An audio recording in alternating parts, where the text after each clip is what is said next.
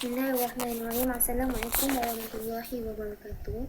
Saya Nurul Kristina binti Muhammad Daud dan tajuk pembatangan saya pada hari ini adalah Surah An-Nur ayat 33 hingga 43. Dan saya menggunakan dua buah kitab tafsir, iaitu yang pertama tafsir Ibnu Katsir dan tafsir yang kedua adalah tafsir Jalalain. Okey, pada tafsir ayat pertama iaitu ayat ke-33 yang bermaksud, dan orang-orang yang tidak mampu berkahwin hendaklah menjaga kesucian dirinya. Dan ini adalah perintah dari Allah Subhanahu Wa Taala yang ditujukan kepada lelaki yang tidak ada kemampuan lagi untuk bernikah. Maka mereka hendaklah menjaga kesucian diri mereka dari melakukan penzinaan. Dalam ayat ini ia menjelaskan bahawa Allah telah memerintahkan bagi kaum lelaki yang masih tidak ada kemampuan lagi untuk berkahwin, mereka hendaklah menjaga kesucian diri mereka dari melakukan sebarang perbuatan zina yang akan merosakkan diri mereka. Okey, pada ayat yang kedua ialah sehingga Allah memampukan mereka dengan kurnia-Nya, iaitu sehingga Allah membantu mereka dengan memberikan kemampuan untuk mereka, dan tawakallah kepada Allah kerana Allah akan membantu mereka nanti. Pada ayat ini ia menerangkan tentang Allah akan membantu mereka dengan memberi mereka sebarang bentuk kemampuan pada diri mereka, dan bahawa sini mereka perlulah tawakal kepada Allah dan yakin bahawa Allah akan membantu mereka pada bila masa sahaja. Okey. Dan ayat yang seterusnya iaitu dan hamba-hamba yang kamu miliki yang menginginkan perjanjian, hendaklah kamu membuat perjanjian dengan mereka. Okey. Ayat ini dia menjelaskan tentang hukum berkenaan hamba yang mempunyai keinginan untuk membebaskan diri mereka daripada belenggu perhambaan. Serta Islam juga mengajarkan hamba untuk memberikan peluang kepada mereka untuk membebaskan diri mereka. Okay, pada ayat ini dia menjelaskan pada keinginan seorang hamba untuk merasakan kebebasan terhadap diri mereka daripada terus menjadi hamba sahaya oleh tuan-tuan mereka. Jadi dalam Islam dia mengajar bahawa tuan kepada hamba-hamba ini perlu memberi peluang kepada diri mereka untuk sebuah kebebasan supaya mereka merasai yang diri mereka ini mereka tanpa lagi perlu mengikut arah penunjuk orang lain.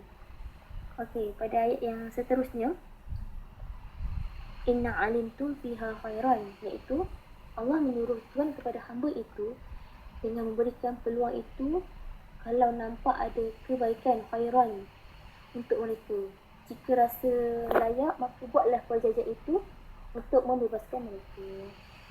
Ayat yang seterusnya, wa atuhum mimma lillazi atakum, yang bermaksud maka Allah mengajar tuan itu untuk memberikan bahagian dari kerja-kerja yang dilakukan oleh mereka, dan mungkin tuannya itu peniaga dan dalam perniagaannya itu ada sedikit yang hamba itu membantunya, dan boleh tuan itu memberikan upah kepada hambanya untuk hambanya itu mengumpulkan harta. Pada yang seterusnya ialah wala taqrihu fatayatikum ala bighai in aradna tahassunna litabtahu, iaitu yang bermaksud janganlah mengambil peluang ke atas hamba perempuan dengan menjadikan hamba-hamba perempuan itu sebagai pelacur. Di sini sebagai seorang tuan kepada hamba, mereka tidak boleh menjadikan hamba perempuan itu sebagai pelacur untuk hanya semata-mata untuk mengambil peluang ke atas diri mereka. Ayat yang seterusnya ialah wala tuqridu fatayatikum ala bighai in aradna tahassunna, iaitu yang bermaksud janganlah mengambil peluang ke atas hamba perempuan dengan menjadikan mereka itu sebagai pelacur. Sebagai seorang tuan kepada hamba, mereka tidak sepatutnya mengambil peluang ke atas diri hamba-hamba perempuan mereka dengan menjadikan mereka sebagai pelacur. ayat yang seterusnya, litabbahu arada hayatid dunya, iaitu bermaksud Allah melarang manusia mendapatkan keuntungan dengan cara pelacuran hamba. Perbuatan itu akan menggalakkan lagi kegiatan pelacuran dengan lebih bermaharaja nilai.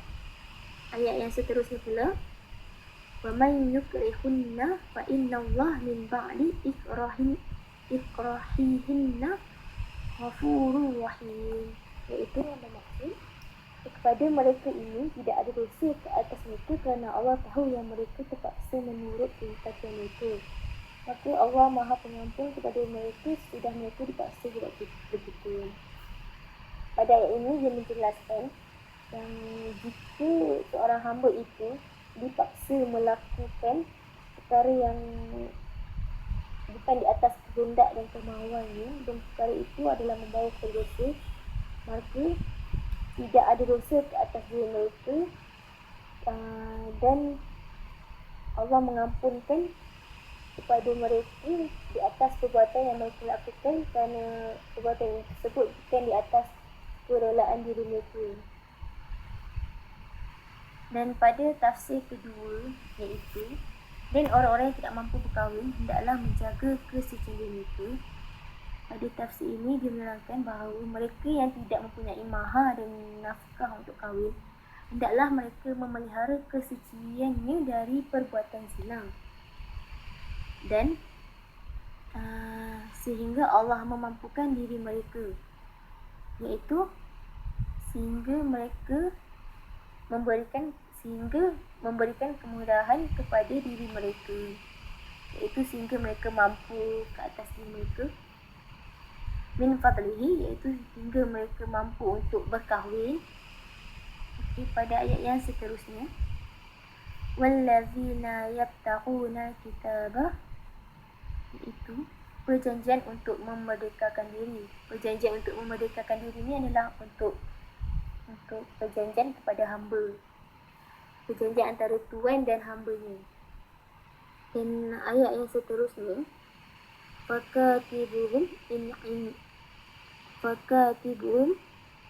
alimtum fihim khairan, iaitu yang bermaksud dapat dipercaya dan memiliki kemampuan untuk berusaha dan hasilnya kelak dapat membayar perjanjian kemerdekaan dirinya.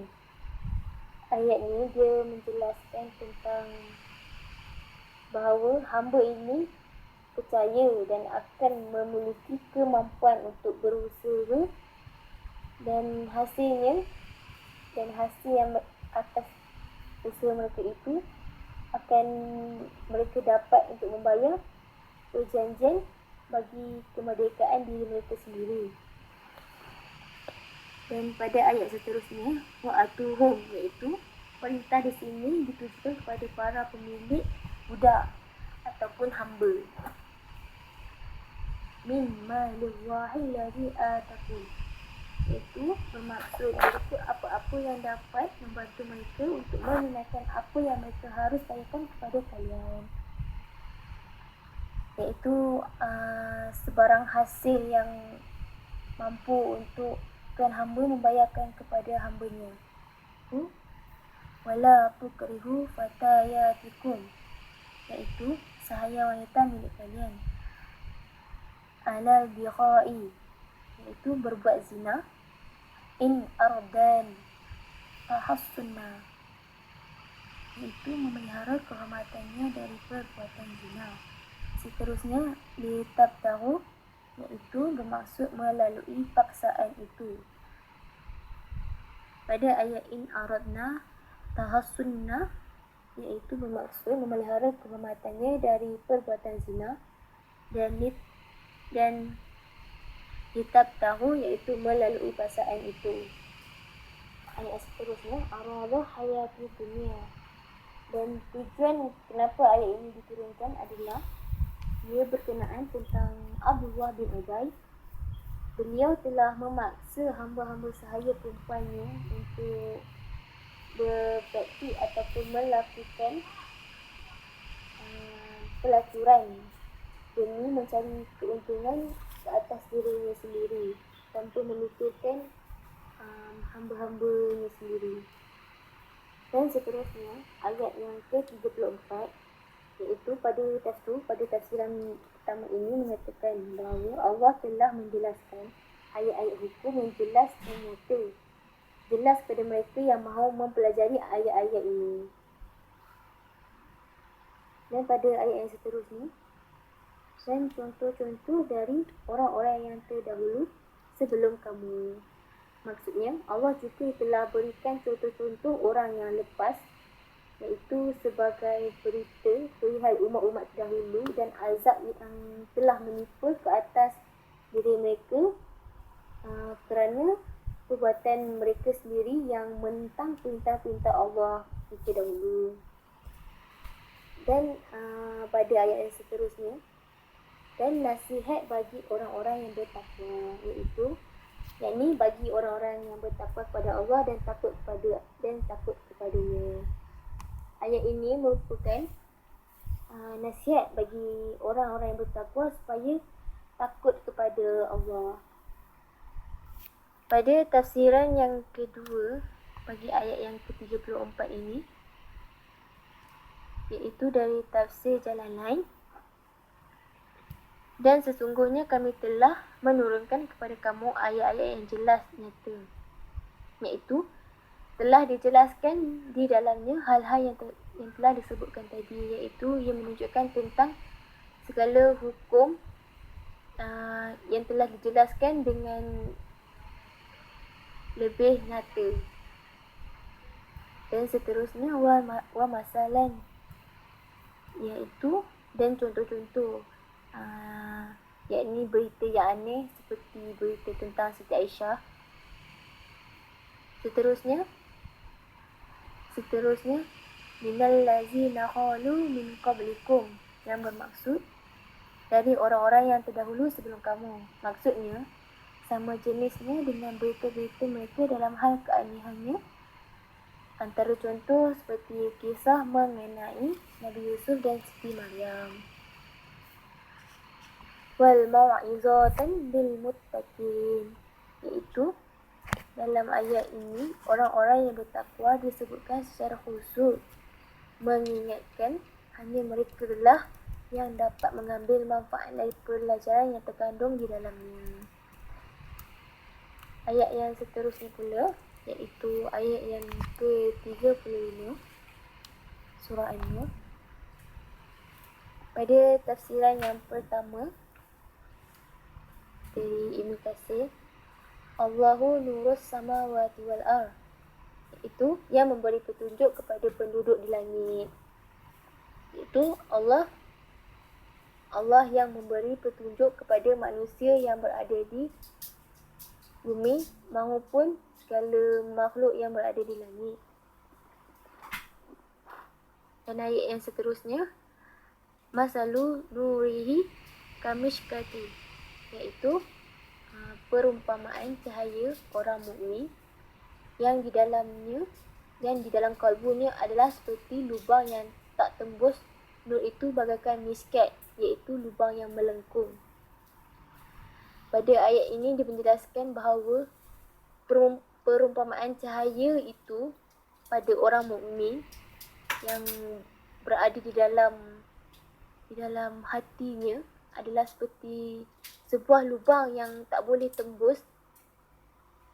Dan nur itu adalah sebagai miskat.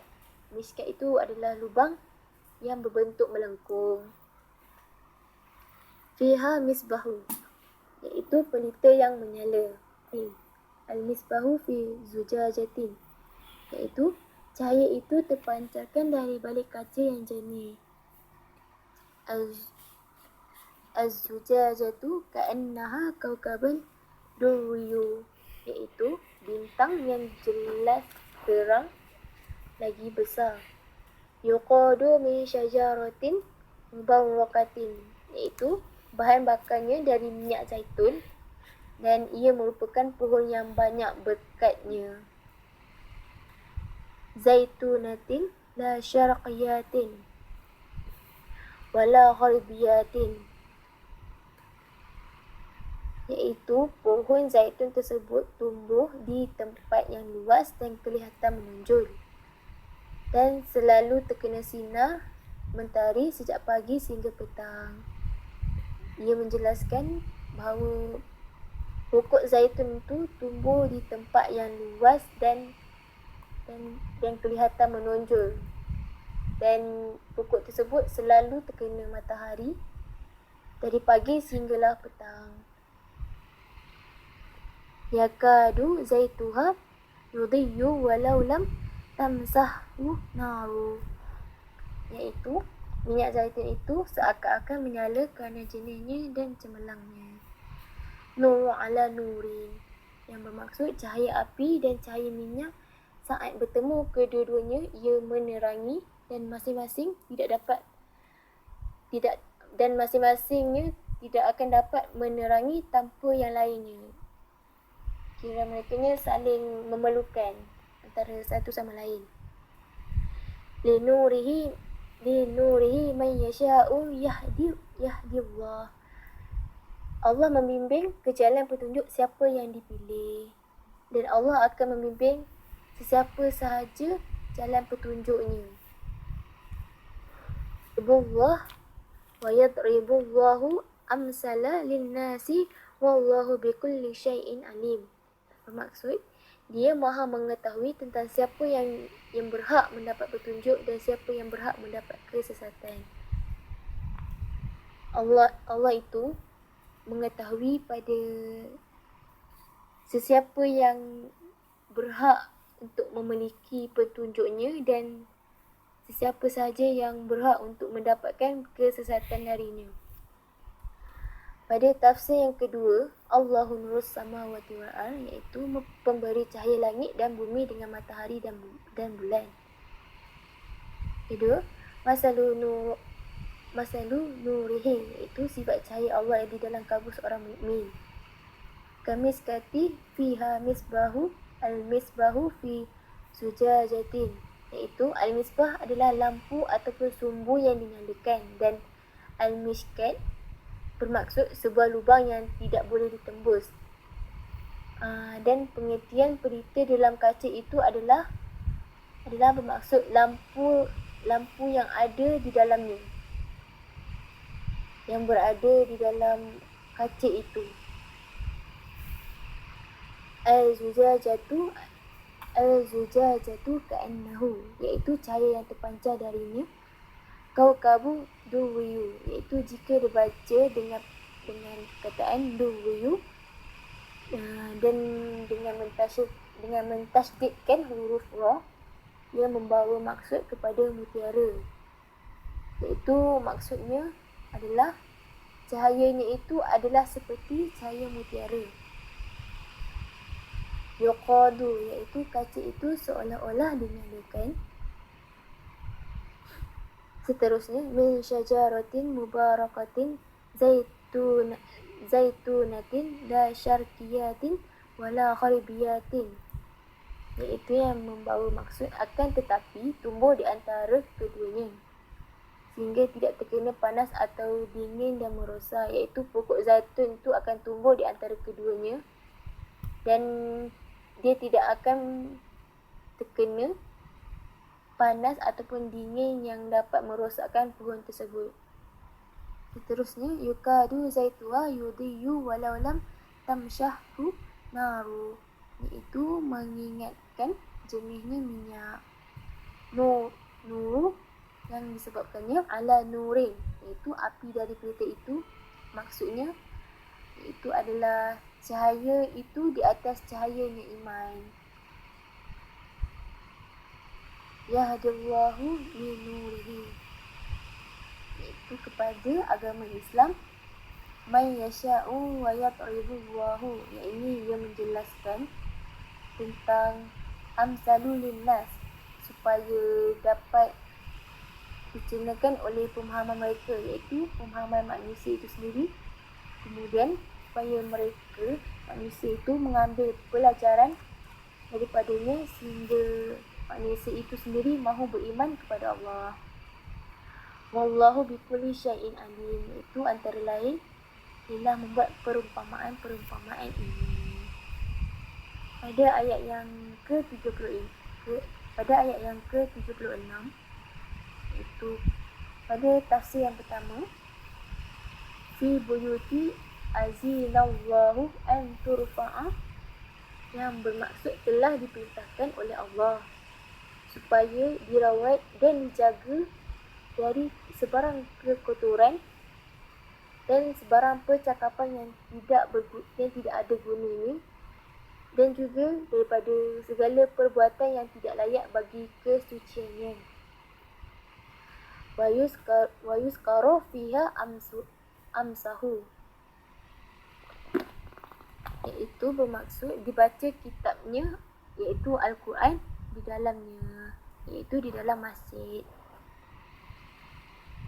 Yusabbihu lahu fiha bil khuduwi wal asali, iaitu disucikan nama Allah di dalam masjid-masjid pada waktu pagi dan petang, iaitu selalulah bertasbih nama-nama Allah itu di dalam rumahnya pada waktu pagi sehinggalah waktu petang. Pada tafsir yang kedua pula, fi buyuti itu membawa maksud pada masjid-masjid. Azinallahu an turfa'a, iaitu diagungkan. Wa yaskara fiha asmahu, iaitu dengan mentauhidkan namanya. Yusabbihu, membaca tasbih dalam solat.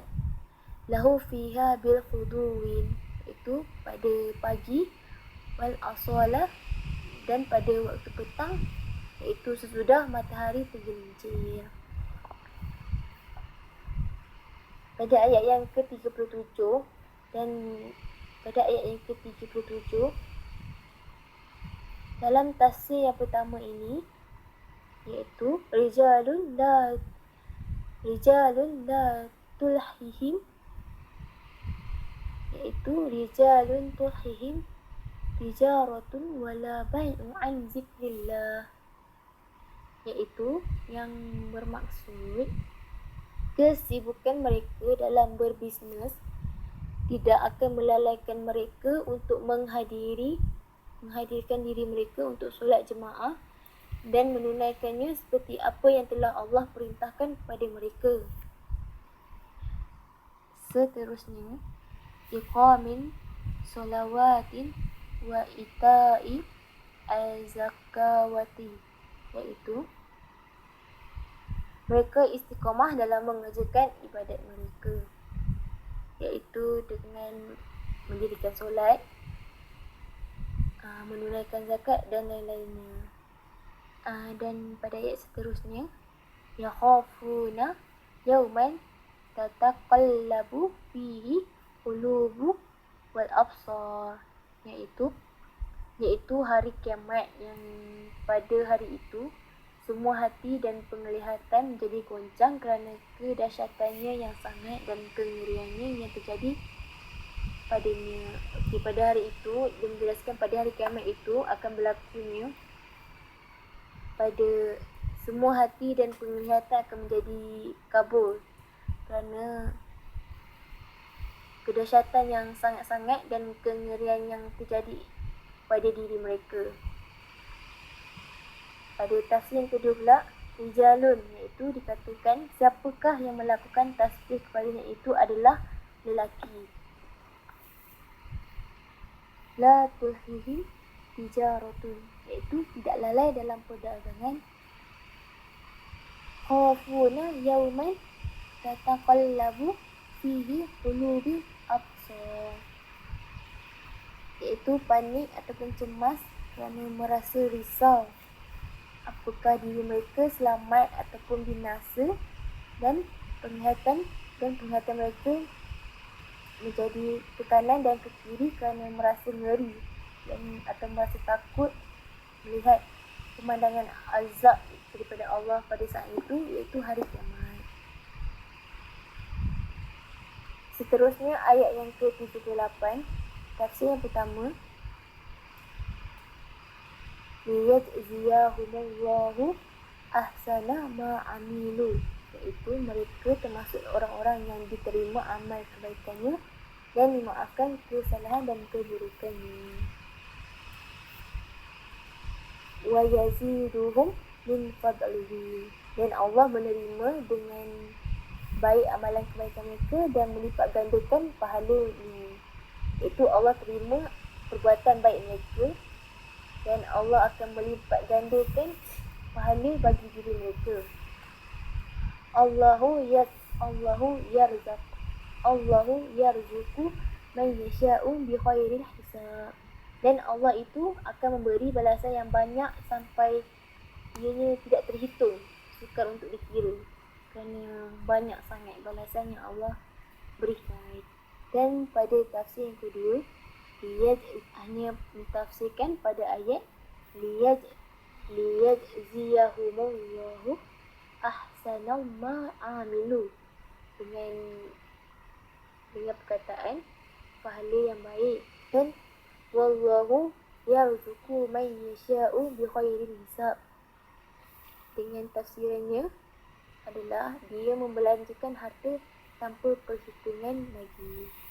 Seterusnya ayat yang ke-39 dalam yang pertama hanya mentafsirkan pada ayat lam yajidhu syai'an, iaitu keadaan orang kafir ia menduga bahawa dirinya telah mengerjakan sesuatu amal kebaikan dan bahawa dirinya pasti mendapat sesuatu pahala.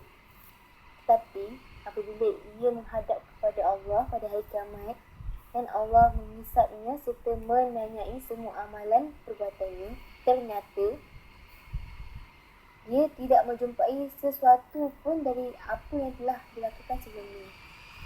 So, dalam ayat ini dia menjelaskan iaitu keadaan orang kafir yang telah merasakan diri mereka telah melakukan kebaikan dan merasakan yang diri mereka ini telah mendapat pahala.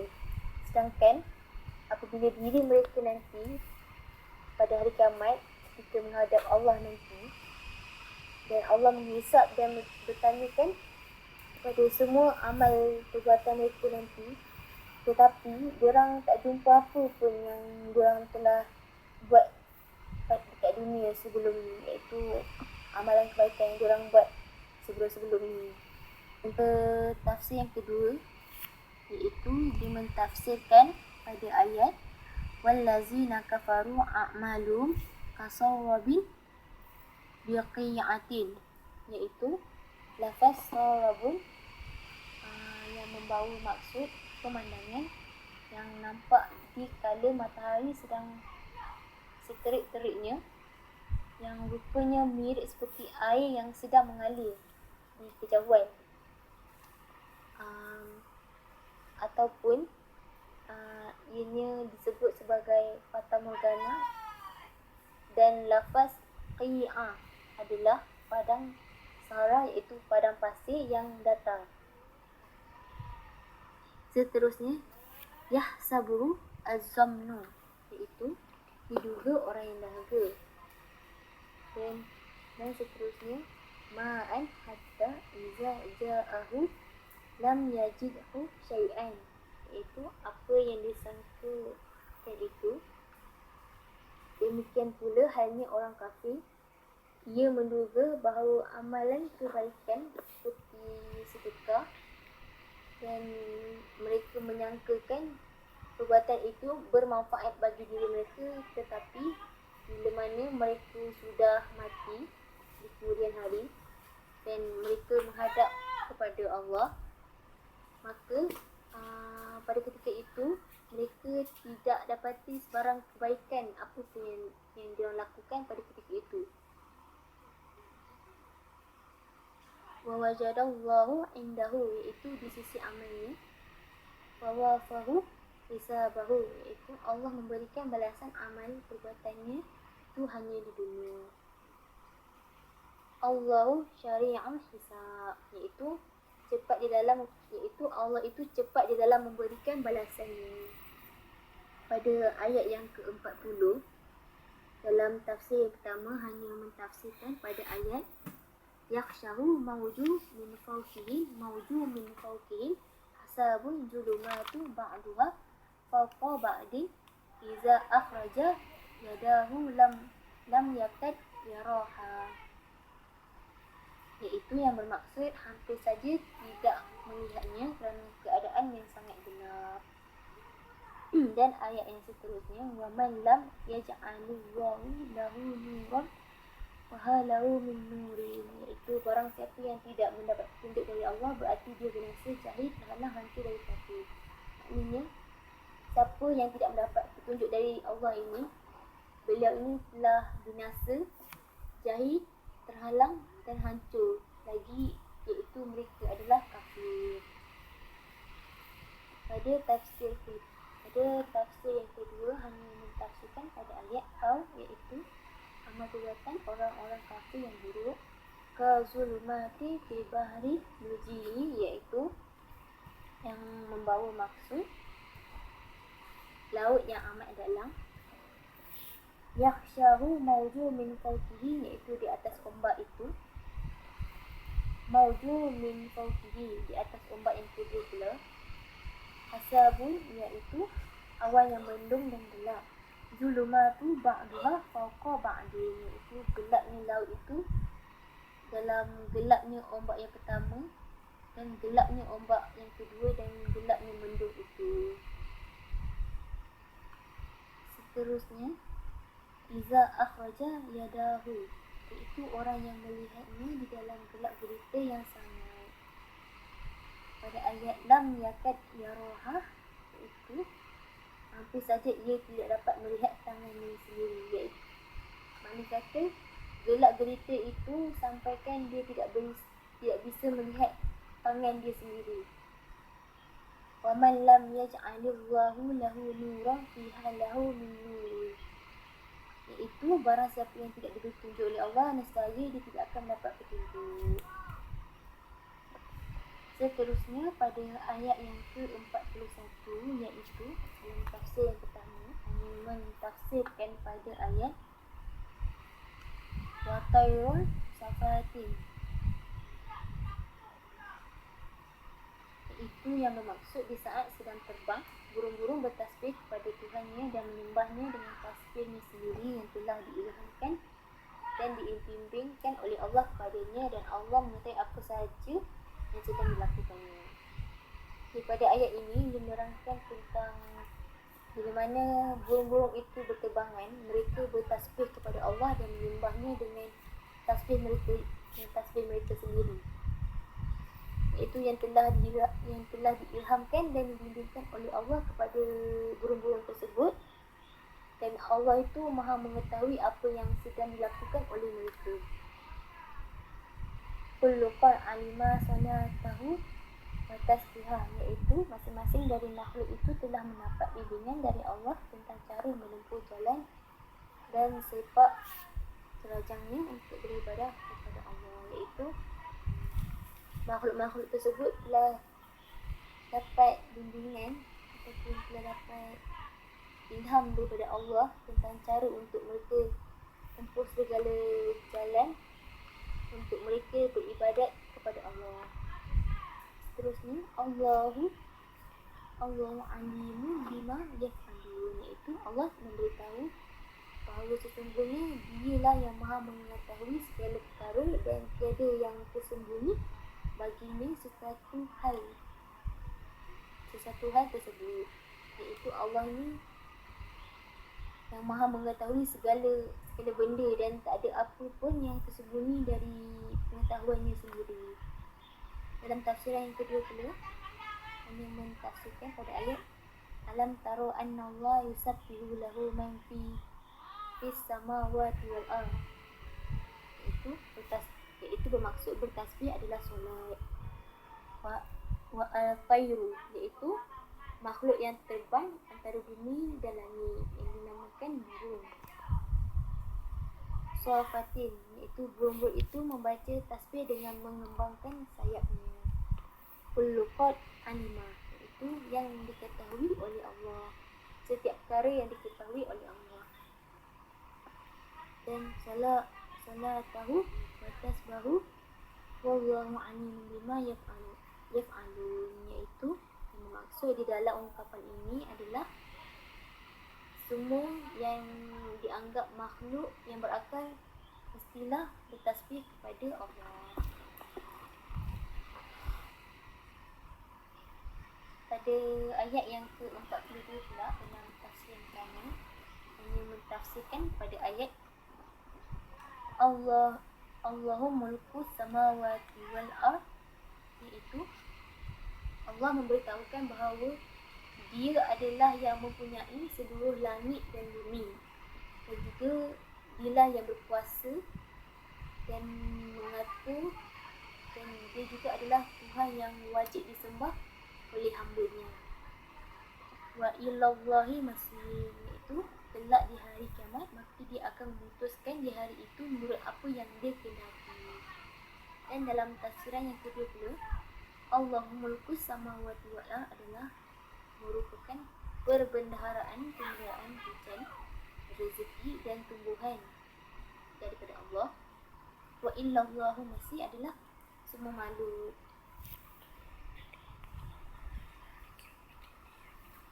Dan yang terakhir sekali pada ayat yang ke-43 dalam tafsiran yang pertama hanya menafsirkan pada ayat summa yu'allifu bainahu, iaitu menghimpunkannya sesudah terpisah. Summa yaj'aluhu rukaman, iaitu bertumpang tindih sebahagiannya dari memilih sebahagian yang lain. Dan seterusnya Fataro al-wadqa yakhruju min khilalihi, iaitu daripada Ubay ibnu Umar al-Laisi. Dia mengatakan bahawa Allah ni telah mengirimkan angin musirah, iaitu angin yang menerpa kepada permukaan bumi, dan kemudian Allah mengirimkan pula angin nasyi'ah, iaitu angin yang menimbulkan awan. Seterusnya Allah mengirimkan pula angin mu'allifah, iaitu angin ini ia menghimpunkan antara bahagian-bahagian dari awan tersebut. Dan kemudian pula Allah mengirimkan angin lawakih yang membuahi awan dengan air hujan. Dan pada ayat yang seterusnya, wa yanzilu min sama'i min jibali fiha min barad, iaitu bahawa sesungguhnya di langit itu terdapat gunung-gunung ais, lalu Allah menurunkan sebahagian darinya ke bumi. Fayasibu bihi ma yasha, iaitu kedua jenis hujan itu ialah hujan air dan hujan butiran ais, sebagai tanda rahmat buat mereka yang terkena hujan ataupun butiran ais tersebut. Wa yasrifuhu an man yasha, iaitu Allah menangguhkan hujan daripada mereka. Dan yakadu sana barakalihi yashabu bil absar, iaitu hampir saja kilauan cahaya kilat menghilangkan penglihatan mata bila mana mata terus memandangnya, iaitu sinaran cahaya kilat bila hujan, bila dilihat oleh mata, ia akan menyebabkan hilangnya penglihatan daripada mata tersebut bila mana kita memandang sinaran kilat tersebut. Dan pada tafsiran yang kedua hanya mentafsirkan pada ayat alam tara anna Allah yusjiya sahaban, iaitu bermaksud mengiringnya secara lembut. Kemudian summa yu'lifu bainahu, iaitu dengan menghimpun sebagainya dengan sebahagian yang lain sehingga yang tadi ini bersebab menjadi kekumpulan, iaitu kumpulan awan itu menghimpun sebahagian yang lain sehingga mereka terkumpul dan membentuk menjadi satu kumpulan awan yang besar. Seterusnya summa yaj'aluhu rukaman, iaitu sebahagiannya di atas sebahagiannya yang lain, iaitu awan-awan tersebut ada yang sebahagiannya bertindih antara bahagian yang lain. Dan fatara al-wadqa, iaitu hujan. Dan seterusnya wa yakhruju min khilalihi, iaitu bermaksud melalui celah-celahnya, iaitu hujan itu turun melalui celah-celahan awan. Min jibalin fiha, iaitu menjulang telah min barat, iaitu sebahagiannya terdiri daripada ais, dan ada juga sebahagian daripada air hujan itu adalah terdiri daripada ais. Dan yakadu sana barakihi, iaitu hampir saja, yakni cahayanya berkilauan, iaitu hampir saja sinaran kilat itu yashabu bil absar, mata yang memandangnya kerana silau olehnya. Hampir saja mata yang memandang kilauan kilat itu akan silau bila melihatnya. Sekian saja daripada saya.